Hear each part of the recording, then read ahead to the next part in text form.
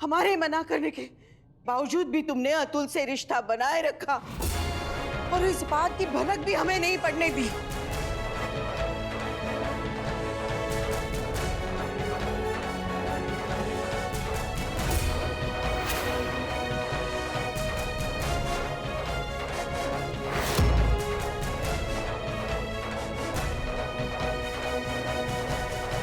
एक बात याद रखना, इस वाड़े के चौखट के बाहर अतुल के अस्तित्व का अंत होता है।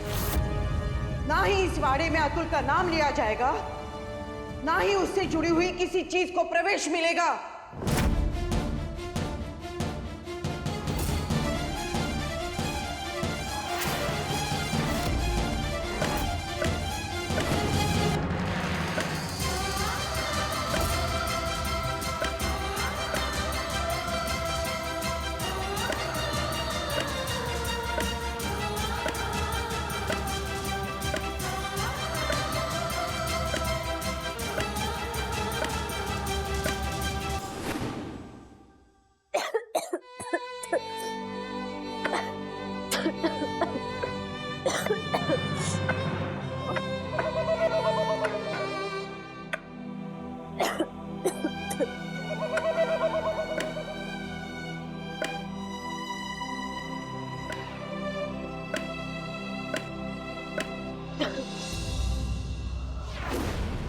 ये चेहरे पे बांध दो, नहीं तो और तकलीफ होगी।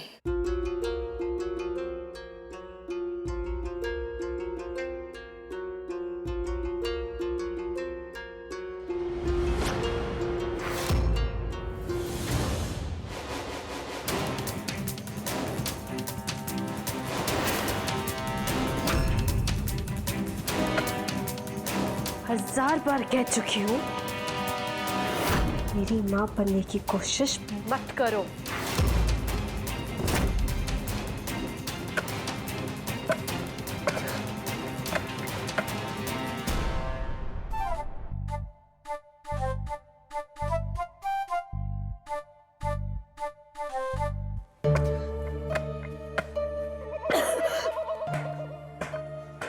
दिवा दिवा लक्ष्य ठेवा। दूध के दांत टूटे नहीं हैं और अभी से चोरी चकारी। लक्ष्मी,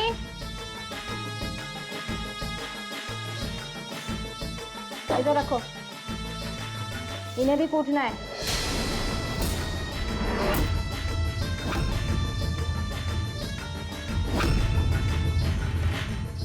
आओ साहब के सामने सच बोल के माई को बचाने की बहुत पड़ी थी ना, उसकी सजा तो भुगतनी ही पड़ेगी। तुमने सुना नहीं मैंने क्या कहा? जो काम मुझे सौंपा गया था वो मैं कर चुकी हूँ, और वो भी सिर्फ इसलिए क्योंकि मेरी गलती थी और सजा से दूर भागना मेरी आदत नहीं। लेकिन इसका मतलब ये नहीं कि कोई भी आकर मुझ पर रोब जमा सकता है। तो आइंदा मुझ पे रोब जमाने की कोशिश भी मत करना।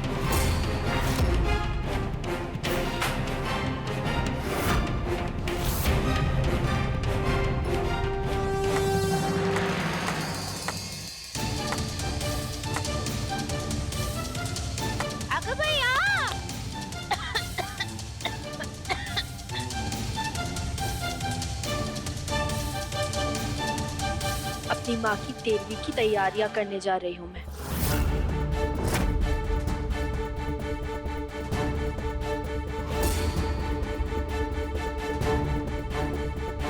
अरे मैं भी देखती हूँ कि कैसे करती है तैयारी।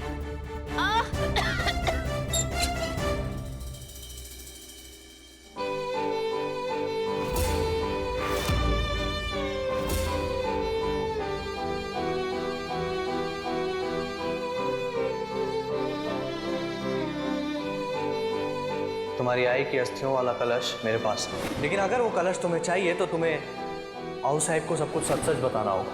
माधुरी, अब तेरी पैरवी करने से मुझे कोई नहीं रोक सकता माधुरी, कोई नहीं।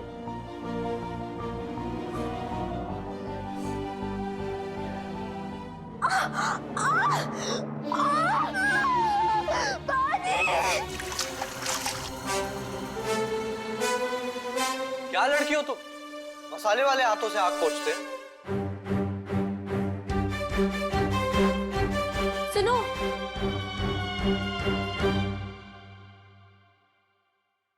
Thank you.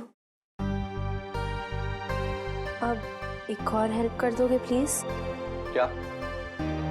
ये अस्थियां विसर्जित करनी है। कहाँ करते हैं? इधर से कुछ दूर खाम नदी का तट है, वहां चली जाओ, तुम्हारा काम हो जाएगा। और एडवांस में थैंक यू बोल देती हूँ, पर एक और हेल्प, मैसेज कर दो ना लोकेशन प्लीज।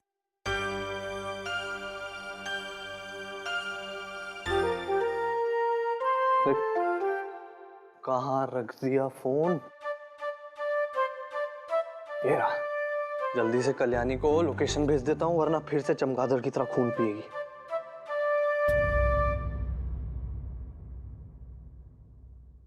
अरे ताई, वो खाम नदी के तट के लिए बस कहाँ से जाएगी? हाँ वही तो पूछ रहा हूँ, कहाँ से जाएगी?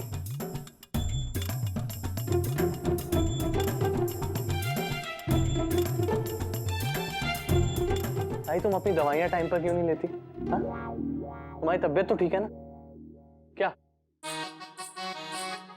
आई शपथ, तुम्हारा मौन व्रत अभी तक चल रहा है?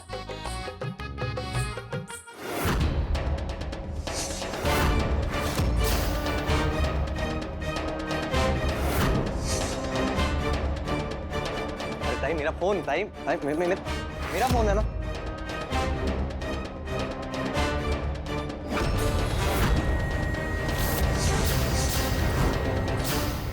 अरे ताई आंखें इतनी बड़ी क्यों कर ली? कोई भूत देख लिया क्या? क्या? ये अल्लाह इधर तो ये कल्याणी के आई बाबा हैं, उनकी फोटो है। अरे वो छोड़ो ताई, ये बताओ खाम नदी के तट के लिए बस कहाँ से मिलेगी? वो खून पी जाएगी मेरा। या भैया, अभी किसी भी वक्त धमाका हो सकता है। पप्पा आ गए। अरे जाओ ताई, मैं तुमसे पूछूंगा ही नहीं, किसी और से पूछ लूंगा जिसके मुंह में जुबान होगी। हाँ मैं जा रहा हूं।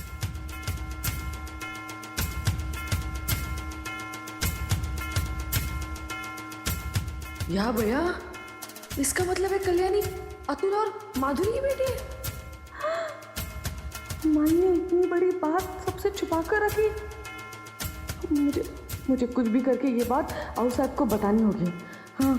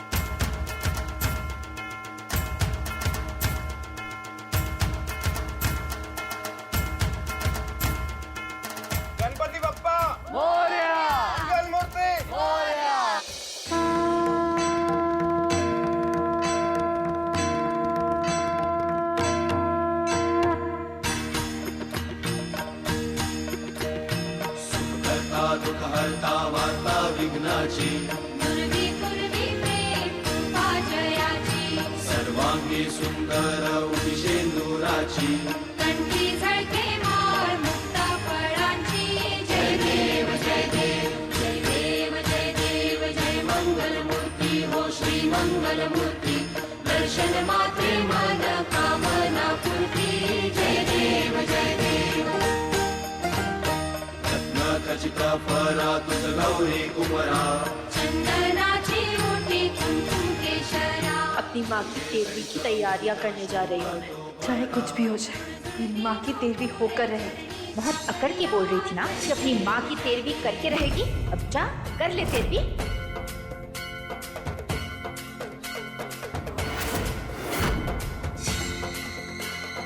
ये दिया, ये थाल,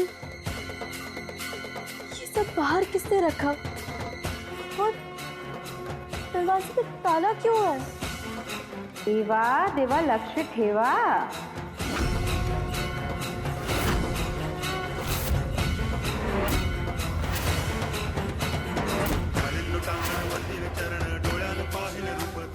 अब आउटसाइड के हुक्म के आगे तो कर भी क्या सकता है. और उन्होंने खुद कहा था तुम्हारा सारा सामान उठा के आउट हाउस के बाहर फेंक दिया जाए.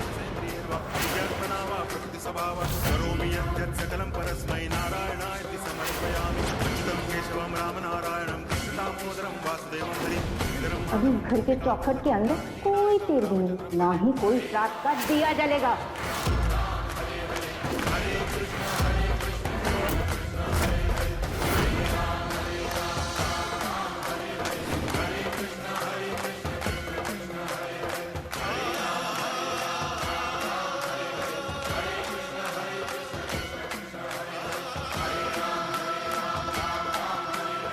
हे विघ्नहर्ता, पिछले कुछ दिनों में हमारे इस परिवार ने कई संकटों का सामना किया है.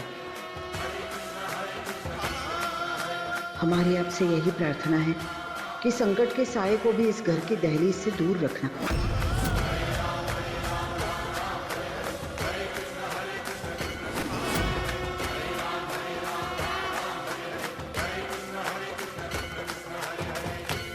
सभी लोगों में प्रसाद बांट दो. हम अभी आते हैं. लेकिन आओ साहब, आप कहाँ जा रहे हो? हम एक जरूरी काम से बाहर जा रहे हैं. आपकी तबीयत ठीक नहीं है? हम ठीक हैं. और कल्याणी के बारे में हमने जो कहा वो याद है ना?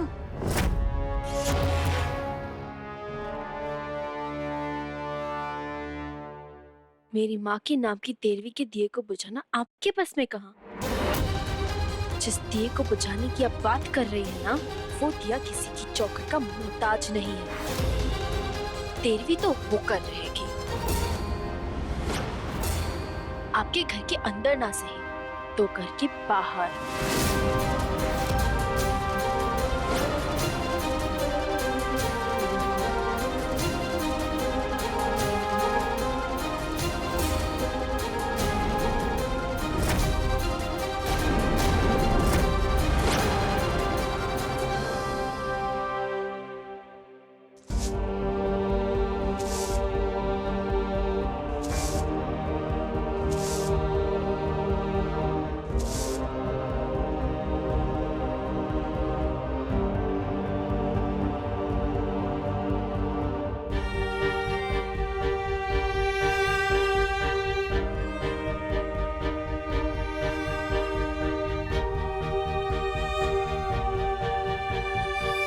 देवा देवा लक्ष्य ठेवा, इतनी जिद्दी लड़की मैंने जिंदगी में आज तक नहीं देखी. अरे हमारे परिवार की इज्जत की जरा भी चिंता नहीं.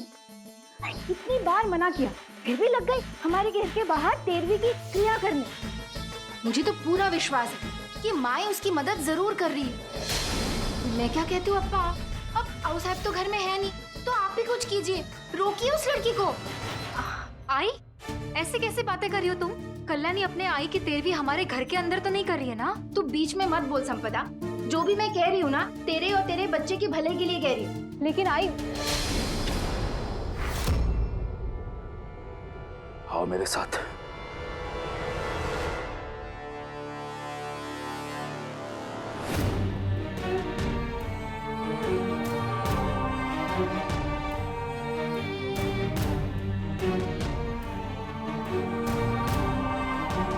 पता नहीं मोबाइल में ठीक से मंत्र दिए भी होंगे कि नहीं. बिना किसी की मदद के 13वीं कैसे कर पाएगी कल्याणी?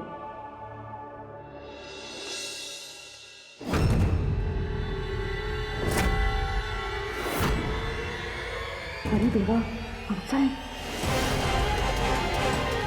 में माधुरी की तस्वीर देख ली तो अनर्थ हो जाएगा.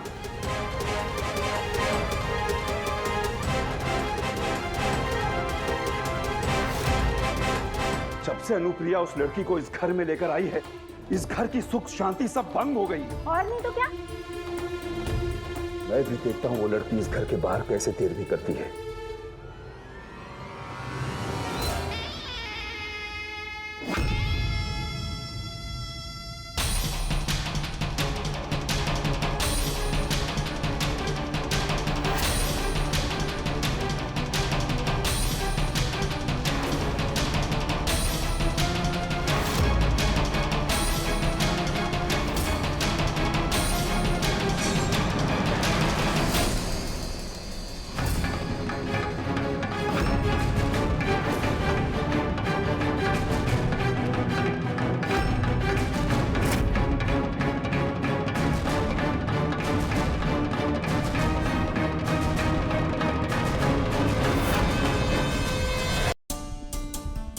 क्या कर रही हो तुम? जब किसी सुहागन का श्राद्ध होता है तो उसकी तस्वीर पर लाल दुपट्टा ओढ़ाना जरूरी होता है।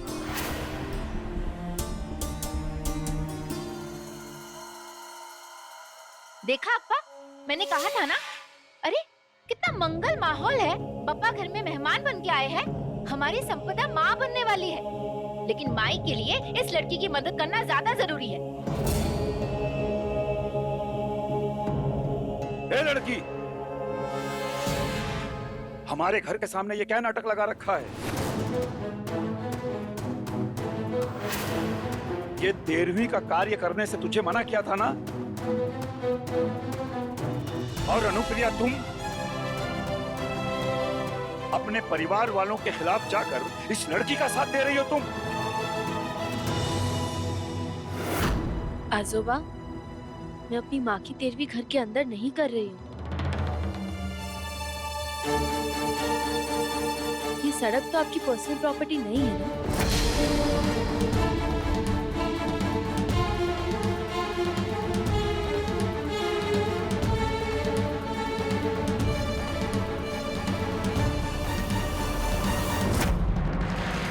अरे देवा, कहीं ये दुपट्टा उड़ गया और राव साहब को पता चल गया कि कल्याणी अतुल और माधुरी की बेटी है, तो पता नहीं गुस्से में क्या कर बैठेंगे।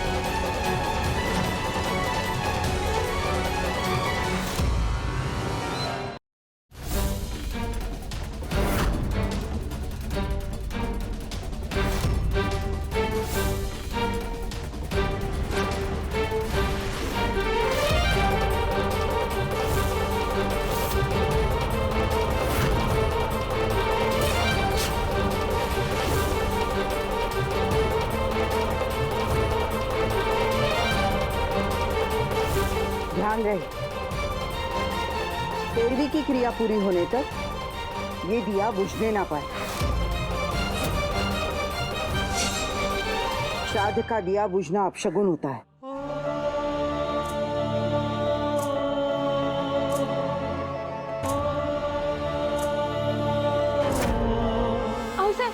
आप ये क्या? पूर्ण विराम। हमारे वाड़े के चौखट के बाहर ये लड़की कुछ भी कर सकती है। इसे रोकने का हमें क्या अधिकार? अहिल्या, ये लड़की अपनी मनमानी कर रही है, अपनी जिद कर रही है, और आज तुम्हें इसकी मनमानी से कोई शिकायत नहीं। इसकी आई के नसीब में शायद यही था कि उसके श्राद्ध का दिया हमारी मिट्टी पर जले। ये और उसके आई दोनों हमारे लिए पराये हैं, और जो अपना ना हो उस पर गुस्सा कैसा? आओ साहब, एक बार संपदा के बारे में तो सोचिए। कहीं ये शोक क्रियाक्रम का बुरा असर उसके होने वाले बच्चे पे पड़ गया तो? तुम चिंता मत करो अपर्णा, हम संपदा की कोख के लिए अलग से हवन करेंगे। और अनुप्रिया, औरंगाबाद के पास एक अच्छे लड़कियों के हॉस्टल में हमने कल्याणी का बंदोबस्त किया है। जैसे ही 13वीं की क्रिया पूरी हो जाएगी, इसके जाने का प्रबंध तुम कर लेना। अब चलो अंदर।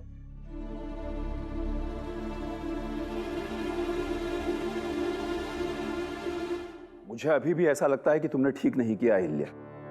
कल की आई हुई लड़की के सामने तुम कमजोर पड़ गई। इस वाड़े की आऊ साहब।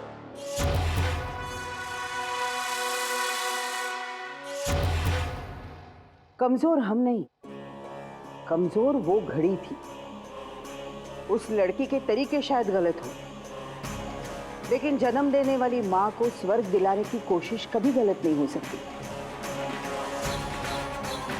इस वाड़े की नींव सिर्फ अनुशासन और मर्यादा नहीं, बल्कि वो प्यार है जो एक औरत का दिल ही समझ सकता है। शायद इसीलिए इस वाड़े की छत राव साहब के कंधों पर नहीं, आऊ साहब के कंधों पर टिकी है।